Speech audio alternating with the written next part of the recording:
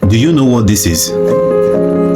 Do you really know what they are doing? Because if I remove these European faces, if I replace these robes with African traditional clothing, if I put this ceremony somewhere in Benin Republic, in Ghana, Congo, or Nigeria, some of you would have made up your mind within 5 seconds.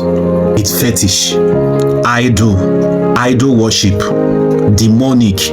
But this is Europe, this is Christianity, and that object you're looking at is a human skull. At least that is what they claim, the skull of Saint Agatha. Now I want to ask you, do you know where the word fetish comes from? I'm asking you because this is one of those words Africans use casually today. This is fetish people. These people are fetish worshippers. That is a fetish priest. Fetish this, fetish that. Sometimes we don't even need to understand what we are looking at all. Once it looks African, it's automatically fetish. Once it involves an ancestral object from Africa, once there is a shrine somewhere, once there is a carving in Africa, it's fetish. But have you stopped to ask, who really gave you this word? Do you know how the word fetish came to be? And what did the people who gave you that word call their own sacred object? Holy. Now, the word fetish is a small word that carries a universal colonial weight, and understanding its origin is the key to understanding the hypocrisy you see.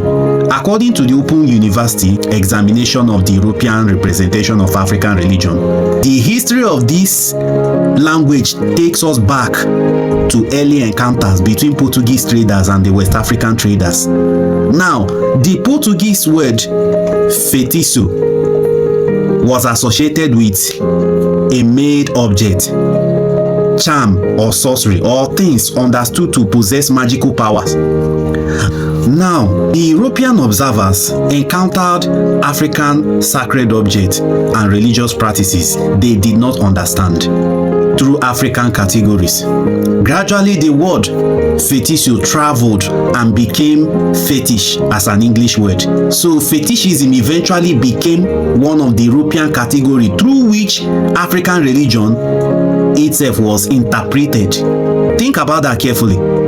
Europeans encountered another civilization's spiritual system, and instead of that civilization necessarily defining its objects and practices in its own language, the European developed terminologies for explaining those practices from the outside practices they didn't understand. Just see where the error is coming from.